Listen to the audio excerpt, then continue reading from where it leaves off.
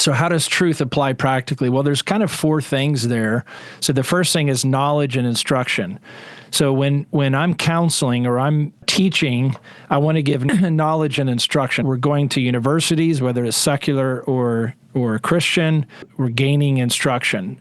Well, if we stop there, there's a huge problem, because what I've seen in counseling is if I'm just giving a bunch of truth, there's a difference in, let's just use the word integration. That's why you're going to look into the world to get guidance, because you're saying, I don't see that the Word of God is sufficient in this area. You're not having understanding. And I think really that is where the next phase of biblical counseling goes. God gives us understanding as it relates to specific areas. Well, then the third thing, prudence and discernment, we could use that, or good sense. Discretion is another word. Proverbs keys in on this, that the fool trusts in the deception of his heart. And so he gets that, whereas the wise trust in the Lord.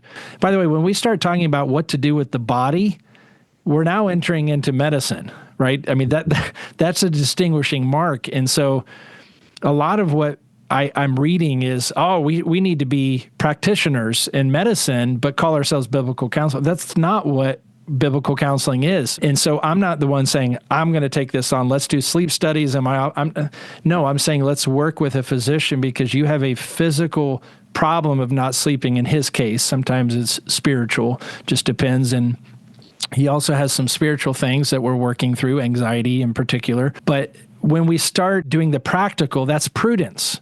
We're discerning how this truth, when we understand it, has to work out in our lives. This is truth-based actions rather than feeling-oriented or, what's convenient. The fool sees his way as straight. That's a deceptive, this is comfortable. This is the way to go. And then the last thing, knowledge and instruction, you have understanding, you have prudence or discernment, and then you have this idea of permanence. So when you get understanding, you want more of this. So you go get more counsel. And this is the process of sanctification.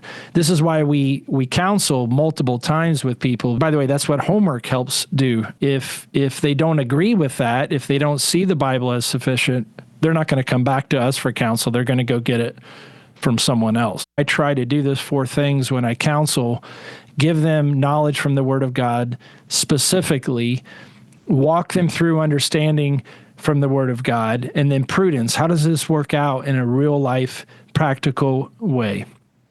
So good. So those 4 books will be out starting February throughout the year. As God wills. Yep.